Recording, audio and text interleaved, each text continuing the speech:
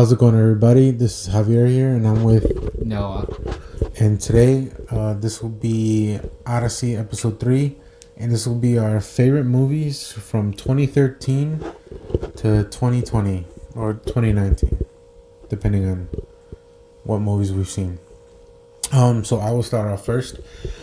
For 2013, my favorite movie, and this is also my favorite movie of all time, is Man of Steel. Favorite movie of all time. I love everything about it. The fights are on a level that had not been seen until this movie came out. Everything with Clark's struggle with how to walk the line between humans and Kryptonians was amazing. Henry Cavill was great as Superman, as well as the supporting cast. Michael Shannon was great as Zod. I mean, I don't know what more else to say about it. The fights were amazing, and to me, it just embodied everything that it is today of struggling to, fit in this world. And I know a lot of people do not like this movie, but I love it. It's great. Okay. All right, so my favorite movie of 2013 is also a Superman film. Well, it's an animated film called Superman Unbound that was released directly to DVD. This movie... Okay, I've seen a lot of animated Superman films and live-action Superman films, but this movie was the first that I felt was a genuine Superman. He felt like a Superman to me. Like my ideals of what a Superman is. He represented the man of tomorrow. He was hope. He was all this and that. And the action scene against Brainiac at the end was You mean one of the Man of best. Steel. No, I do not mean Man of Steel. Man of Steel. Man of Steel is okay, but for me, my favorite Superman film is Superman Unbound. It used to be one of my top 10 films of all time, but now it's dropped a little bit. I especially love John Noble as Brainiac in that film. That's my 2013 film. Okay, and so for my favorite movie of 2014, it is the 2014 Gareth Edwards Godzilla film. I love Godzilla. Loved it ever since I was a child. Watched all the movies. I think that all 20. I think at the time there was 25 of them. I can't remember. Even the animated one, that was probably my favorite cartoon at the time. I actually own that on DVD. Do you? The whole series. Nice. What I was gonna say. Okay, and first of all, let me just get this out of the way. I know in the movie that they did keep moving away from the fights. That did bother me, but I still love the movie, and it's still to me better than anything else that came out in 2014. Fights were just as awesome as any of the other ones. It was a little dark, I'll give you that. But overall, I love the movie. The look of Godzilla was amazing. He looked badass. His atomic breath was great. A lot of people did not like the focus on the humans in the movie. But what's his name? Aaron Taylor Johnson and Elizabeth Olsen? Yeah, Elizabeth Olsen. They were great in the movie. I brought their, marriage and partnership completely. He was great. I loved it. Go. And now my favorite film of 2014 is X-Men Days of Future Past. To be honest, this is the first film this is the film that got me into superhero films. Before this, I was just like, what's a superhero film? What's a comic book film? I didn't know anything about that. I was just into like action films and normal films, I guess. I don't know. I was just all over the place. But this put me on the direction of superhero films. I got into Marvel. I got into DC from this film. X-Men Days of Future Past opened my eyes. I love the plot of it. It's my favorite X-Men film of all time. It used to be my favorite film of all time, to be honest. Like, there was a long time that X-Men Days of Future Past was my favorite film of all time. Hugh Jackman was great. Patrick Stewart was great. Ian McKellen was great. Everybody in this film was great. X-Men Days of Future Past just opened my eyes to superhero films. Alright, and now for my favorite movie of 2015. Now I know this is another controversial movie choice. Is it Star Wars? It is. It is The Force Awakens. I thought it was great. It's at the time when it came out, it was my second favorite Star Wars movie. Now, don't hate me. Right behind the Revenge of the Sith. Yeah, I knew it. Revenge of the Sith was my favorite Star Wars movie until this movie came out. Everything with Kylo Ren. Kylo Ren is my absolute favorite Star Wars character. It was just amazing what Adam Driver and J.J. Abrams was able to do with him. I loved it very much. Reminded me kind of a little bit of Anakin before he turned to Darth Vader, just because of how raw and emotional he was, which I liked. It was a refreshing breather from Darth Vader, and who was just a cold, heartless machine. Which I love as well. Don't get me wrong, I love Darth Vader, but Kylo Ren is my favorite character, and even though I didn't really have a problem with him losing to Rey, because like she's obviously the main character, so obviously she's gonna win. I liked Rey. Rey was good. Finn was great. I think if I had to rank them, it was probably Kylo, Finn, then Rey. But that's no slight on Rey. I liked it. It was a great movie. Harrison Ford, Chewbacca, R2D2, even though he came in at the very end. BB-8 was cool. So yeah, loved everything about it. And that was my favorite movie of 2015. Go. 2015, I'm sad to say, was not a year of films for me. My favorite film of 2015 is a film I don't honestly like that much. It's Avengers Age of Ultron.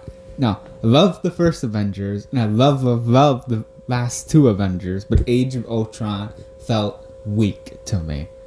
But it's still my best film of 2015. Ultron in the film was great. Film title is a little misleading. Age of Ultron. He was only alive for like a week at most, 3 days at the least. And the way they killed Quicksilver off, they didn't build up any love for the character. The fans were like, oh, there's that fast guy, now he's dead. Oh well. Yeah. But I loved Ultron's philosophy and ideals, and I wish he had more time to flesh them out. But we got what we got, Age of Ultron. It felt a little rushed, it felt a little bit forced, and it felt like it was just there to set up what was coming down the road. Alright, and for my favorite movie of 2016, it is BVS. What is that? Batman versus Superman. Oh, I should have known. Of course. It's such an amazing movie. I saw it 4 times in the theater. It was the most amount of times I've ever seen a movie at the theaters. Batfleck is my favorite movie iteration of Batman so far. It was like they ripped him right out of the comics, which doesn't automatically mean good, but in this instance, it did. It was perfect for me, at least. Superman's story was great. I could praise Henry Cavill all day, and I do. Wonder Woman was awesome in her first debut for the DCU. The fight with Doomsday was god tier, but it was too short. I wanted it to last like 20 minutes longer. It was only like 5 minutes or something. It was just amazing. I did not want it to end. Batman was such a badass. Look, I know a lot of people had a problem with him killing, but you're dumb if you don't think that Batman would be able to take all these guys in without hurting them. Like, that's just not gonna happen, and it's foolish to think otherwise.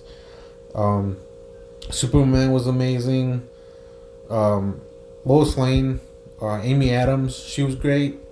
I kind of wish I was okay. So I don't know if there's anybody else out there, but for any of you who read the New 52 Superman comics, the Wonder Woman Superman ones, those were my favorite comics at the time when they came out in 2011, I believe. Yeah. I don't have all of them, but I got damn near close to all of them. And I loved everything about those, reading them each month they came out. So I was really hoping that when Man of Steel first came out, that they weren't going to pair him up with Lois Lane. Amy Adams is Lois Lane, I guess I should say. I was hoping they would save that for when they introduce Wonder Woman, so him and her could become a thing, be the power couple that they are. But that didn't happen. They decided to go the normal route, which, I mean, it's alright. I don't like Lois Lane really, but the movie was still great. Alright, so my favorite film of 2016 is also my favorite film of all time. It's an anime film called A Silent Voice. This film, after I saw it for the first time, I had to go out and buy it on Blu-ray and DVD combo. I went to 3 different stores, found it the cheapest at the third store, and I watch it like every couple months because it's a little bit hard to watch. The film is about... it's a little bit hard to describe without spoiling what makes it so sad. It's about this high school student living in Japan who used to be a bully in grade school, and now he's being bullied in high school. And he meets the girl that he used to bully in grade school, and she can't hear and she can't speak that well. And they kind of hit it off, become friends. It's kind of like his way of redeeming himself for what he did to her back then. And the twist at the end, every time it gets me, I cry buckets every single time. I know it's gonna happen, but the ending is just so powerful and moving for me. It's made me cry probably the second hardest. The first hardest is from a TV show that outranks A Silent Voice. It's called Your Lie in April. Anime, not TV show, man. Okay, and for my 2017 favorite movie, it is Bright. I love Bright. The setting, the story, the characters, all of it worked great for me. It was like watching End of Watch, which is another fantastic movie, meets Lord of the Rings and Harry Potter. Will Smith is always great. Edgerton was as well. There was even an appearance from my favorite rapper, Mr. Criminal, which was awesome to see, especially on a big budget film like Bright. It was so amazing. You know, it reminded me of watching the older gangster movies, not like the Italian mobster movies, but some of the older Hispanic gangster movies, Mexican American ones. They were amazing. Brought back a lot of nostalgic feelings, actually. And it was amazing. I loved it. Here's hoping that they come out with the sequel that they've been talking about. And my 2017 film is Logan. I wish I was able to go see Logan in the theater, but it was R-rated. My mom wouldn't let me go, but... Okay, stop laughing! Logan is one of my favorite comic book films of all time. I like it more than X-Men Days of Future Past. It's probably like my 5th favorite film of all time if I have to rank films. 5th or 6th. Not really sure right now. But Logan, I like it because it was a comic book film. It was based off superheroes and comic books, but it wasn't a superhero film. I wouldn't call it that. Because although Wolverine has powers, and there are people going after him with powers, and it meets a bunch of kids with superpowers, there's just no flashiness. Superhero films have that flashiness. Logan was more like down to earth about a guy who's dying. He has one last mission, and the ending... It was sad, I'll admit it, but I didn't cry over the ending of Logan. What I did miss about Logan was that there was no end credit or post credit scene. I was expecting one, and it just wasn't. That's the only disappointment I have with the film. Alright, and my favorite film of 2018 was Mission Impossible 6 Fallout. So I just wanted to say that 2018 for me was a stacked year. So many amazing movies came out, but for me, the one that stood out the most was Mission Impossible. Tom Cruise was great in the movie. It was spectacular from start to finish. Henry Cavill was in it, which, you know, I love Henry Cavill. Alec Baldwin, Rebecca Ferguson, and Angela Bassett, as well as many other good actors. But the stunts that Tom Cruise did, he's always stepping it up from one Mission Impossible to the next, and this was no exception. The things that he was doing in the movie are crazy. I'm not sure that there's many other actors that would have been able to do the other stunts, let alone want to, and pull them off I know he got injured on one of them, but some of the other things, like if you know, if you've seen the movie, you know well, if you've seen the trailer, it's in it too, where he's on the helicopter and he falls from the rope. That was crazy, man. Um, yeah. So just that whole movie was one giant stunt, and I loved every second of it. Alright, so my film of 2018 is Avengers Infinity War. I felt like ever since they announced this film, that's all I've been thinking about and that's all I've been waiting for. Avengers Infinity War was what the MCU was always gonna head for. And it did not disappoint. From the first scene, I knew this film meant business when they killed Loki off in like literally the first 5 minutes of the film. And he's a major character in the MCU. So I knew that, yup, a whole lot of people are gonna die in this film. Thanos is my favorite villain of all time from films, comics, any media. Just that version of Thanos from Infinity War and Endgame, from the MCU in general. That's my favorite villain of all time. His ideals and philosophy are debated in real life. Like, it's actually real. Like, I remember reading articles about celebrities who have been like, I wish Thanos would have won, or Thanos should have won. And yeah, Thanos has convictions that draws a lot of people in real life to believe him. Alright, and for my favorite movie of 2019, now this is going to be a little bit cheat because I could not decide on which one that I thought was better. So I'm gonna put the Joker and Alita Battle Angel as my favorite movies of 2019. So we'll start off with the Joker first. Joker, I loved everything about it.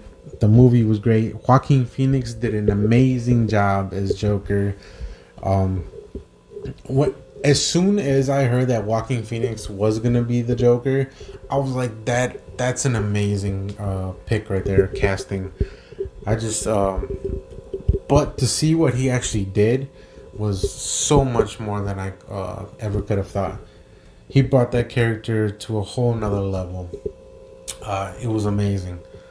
And then, so for Alita Battle Angel, I never read the manga for it, but I knew a little bit about it, and it was amazing. It was by far the best live action, or dare I say animated anime movie that there is.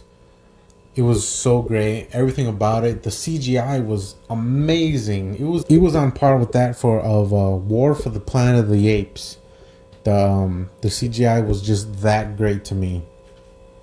And her story about not knowing where she came from, or I know a lot of people really did not buy the relationship between her and I think it was Hugo. I think that was his name. But I did. It was amazing. I'm so hoping that they make a sequel. I can't wait for that. Alright, so my last film, my favorite film of 2019 is Spider-Man Far From Home. Now, going off some of my other favorite films, a lot of people might think Avengers Endgame would be my favorite film, since a lot of my other favorite films are superhero films, and Endgame was like the biggest superhero film of 2019. Made the most money, had the biggest action scenes, had the most cast in it. But Spider-Man Far From Home, I felt like I could relate to Peter in that film. He's a teenager. I was a teenager when I watched it. It felt relatable. And I loved Mysterio, that whole thing. Is he a good guy? Is he a bad guy? And even when it was revealed he was actually a bad guy, spoilers. Oh. Yeah, it's like, no, he's supposed to say spoilers before, but nobody does, so that's for everybody who has ever spoiled a film for me when I was watching a YouTube video of theirs. Alright. Even when it was revealed that Mysterio was a bad guy, I still liked him. His costume was great, the actor, Jake Gyllenhaal, was great, he was perfect for the role. I wish he would come back, but I've heard the director say that the only way Mysterio is coming back is if Kevin Feige or the higher ups at Marvel and Sony say bring Mysterio back, because the director has no plans of bringing him back. As far as the director is concerned, he said Mysterio is dead. I killed him off in that film. But some of the higher ups might say, bring him back. Make up some excuse. Claim that it was an illusion. But Spider-Man Far Because they always do that anyways. I know. That's why I hope they don't do. Just leave him dead. He's dead. He died. But I love Nick Fury in that film. The whole thing that he was a Skrull imposter. Like, some people might have been going, hey, what just happened? If they haven't seen Captain Marvel, you'd have to see Captain Marvel to kind of fully understand that. Other people who know the comics might be like, Nick Fury was a Skrull? I wonder how, if they still haven't seen Captain Marvel. You just watch Captain Marvel and it makes a lot of sense about that. But the whole end credit scenes, with those end credit scenes, post-credit scene and the end credit scene are the best in Marvel and in any movie history, I dare say. With J.K. Simmons coming back as J. Jonah Jameson and the whole reveal of Nick Fury. The only thing I do not like about Spider-Man Far From Home is the pronunciation of Venezia as Venice. Learn a little French. I think it's French. French or Italian. I don't honestly know myself. It's Italian, dude. Learn a little Italian. Oh my god. I don't honestly know myself. Oh, we have to scrap this whole thing now. You're fine. It's Venezia, not Venice. Venezia is Italian. Alright, my favorite film 2020 is Sonic the Hedgehog. To be fair, this is the only film I've seen of 2020. I thought it was a great video game film. I felt like, though, you could have replaced Sonic with any other alien and the plot would have been the same. There's nothing that made it specifically a Sonic film. But I hope if they make sequels further down the line, they can introduce more of the mythology of Sonic into the films. Down the what? Down the line. Oh. So, yeah. The end credit scene where they show Tails was pretty good. I think they did a good job on Tails. Hope they keep the voice actress, though. I don't wish for them to change it out for a Hollywood voice actor. But overall, Eggman was pretty good. It was great.